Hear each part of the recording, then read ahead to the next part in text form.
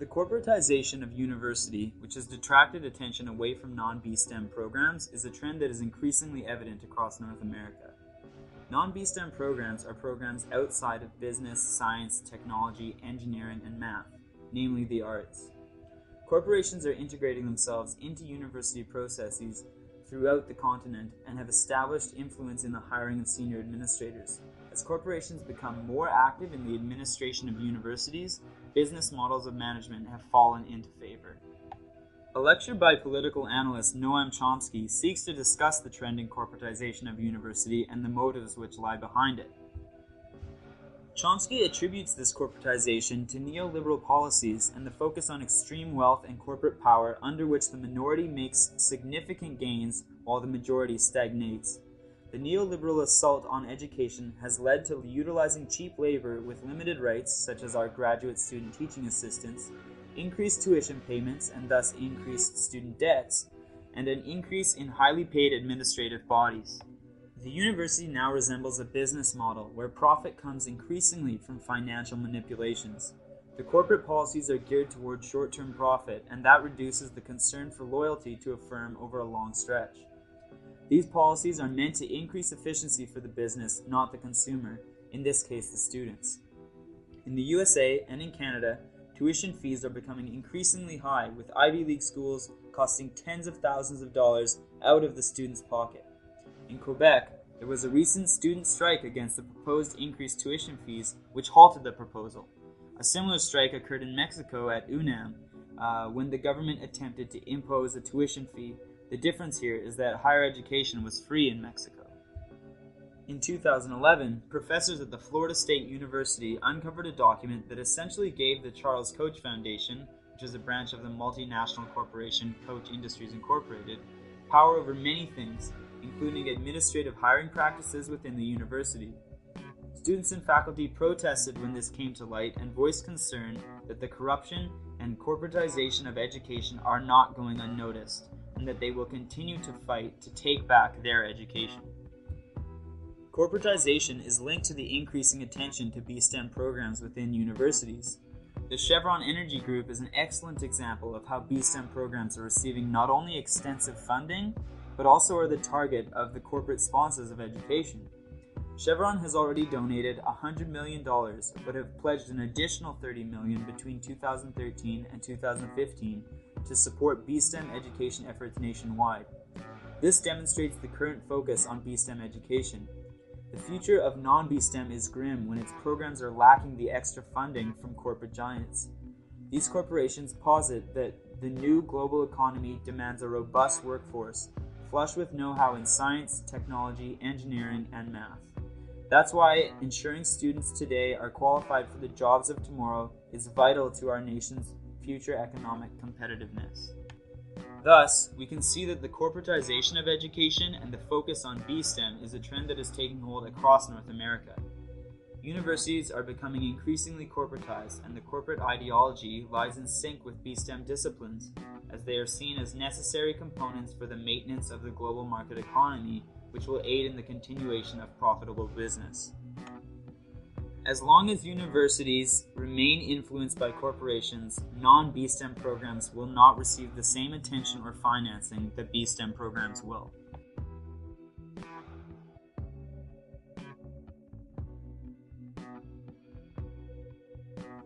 Ontario itself has experienced a winter of unrest this year in response to this corporatization. All once referred to as prestigious schools, students at Wilfrid Laurier University, York University, the University of Toronto, and the University of Guelph are all struggling to improve the quality of education being received at their schools. Less emphasis has been put on specific disciplines, which eventually leads to the eliminations of these programs. These are the programs that the university sees as non-profitable. Non-bSTEM programs are at the front line of these cuts. Yet while programs are being cut, tuition fees continue to increase. It is not just programs that are having these budget cuts, but non-full-time faculty members continue to receive an increased workload with wages that hover around the poverty line, making under $20,000 a year. This statistic applies to contract faculty, graduate students, and teaching assistants. These budget cuts imply the end of a post-secondary education that produces active, engaged world citizens and advocates in favor of one that simply works to reproduce the labor force. What does this mean for universities and the people within it? First, the reputations of these universities will likely diminish. Many of the listed universities will lose the prestigious name they once had, as these issues are now becoming extremely public through news and media outlets such as the Toronto Star, CTV News, CP24, and other forms of social media. Furthermore, the students within these schools are at the biggest disadvantage. In an article in the Guelph Mercury, Sonali Menezi explains that the program prioritization process is flawed. It does not represent what students and workers want to see happen on their campuses. Students are being stranded in the middle of their degrees as programs dissolve while tuition fees rise. At the University of Guelph, students held a funeral in November 2014 for many of their program cuts, such as Women's Studies, Environmental Studies, and Italian Studies. In addition to these budget cuts, tuition seems to be going up every year by hundreds of dollars. Marginalized non-bSTEM students feel like they are paying for an enhanced education for bSTEM students while watching their own education deteriorate. York University and the University of Toronto are both currently experiencing the issue of underpaid and overworked contract staff, an issue widely reflected across Canada. As class sizes continue to increase, the workload for contract staff is increasing as well. Every year, full-time professors are retiring, but they are not being replaced. Those full-time professors and administrators who do remain are maintaining their high salaries, or they continue to increase. Full-time professors are spending less time in the classroom and relying on contract faculty to do a lot of work for them. In Ontario, the number of contract faculty has increased by 87% between 2000 and 2014. Larger class sizes and exploited professors have a deeper impact on non-bSTEM programs than bSTEM programs, because they do not allow art students to gain the ability to critically think and engage in discussions to the level that a smaller class size would. In bSTEM programs, the small class sizes are not as valuable because the solutions to problems are often objective, while there are many subjectivities at play in the arts. With increasing class sizes, art students will not receive the same quality of education as bSTEM students.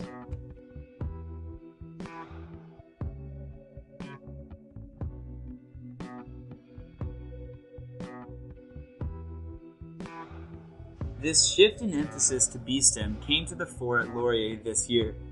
In February, the Board of Governors approved the recommendations in the Integrated Planning and Resource Management Report, or IPRM. The report recommended a reduction in resources or the phase-out of 17% of Laurier's academic programming. One of these programs was anthropology, which sparked a small group of anthropology students to start a movement in January. The students, many of them from this class, were not only motivated by the idea of saving their program, but by the idea of stopping the threat this report posed to an education in non-bSTEM disciplines. A large, diverse variety of course offerings, small, intimate classes, and opportunities to discover one's interests are pivotal to an education in the arts, and these are exactly what the IPRM threatened. For social scientists to have the power to tackle major world issues, students must be provided with a breadth of courses to understand all the components of complex issues. In February, Laurier experienced one of the largest incremental steps toward the devaluation of non-bSTEM education. Inherently, arts programs may not be the most economically viable. Dealing with abstract concepts requires extensive discussion and small groups. To evaluate an arts program, the quality of the graduates coming out of each program and the education being received should be the primary criterion. In the IPRM, quality was only weighted at 20%, while productivity, demand, and costs and revenues together were weighted 70%. It is no small wonder then that 47% of the academic programs recommended for phase-out were from the arts or liberal arts faculties. Ultimately, the promise of larger classes and fewer course offerings would have the greatest impact on arts education, the quality of which is contingent on practices that are not necessarily the most economical. The student movement against the IPRM, called the Laurier Student Voices, or LSV, began in January and resulted in about 40 students and several local media sources coming out to the protest at the Board of Governors meeting on February 26th. 2 members of the LSV also stood up and spoke to the board. The IPRM nevertheless passed and is currently awaiting implementation. Some programs which were defended at the meeting, namely the WLU Press and the Robert Langan Art Gallery, have been saved from phase-out. It is currently unknown whether or not the student activism played any part in the rescue of these programs. Less than 2 weeks after the IPRM passed, the university cut 22 jobs, which resulted in the Laurier community calling on Laurier student voices for action.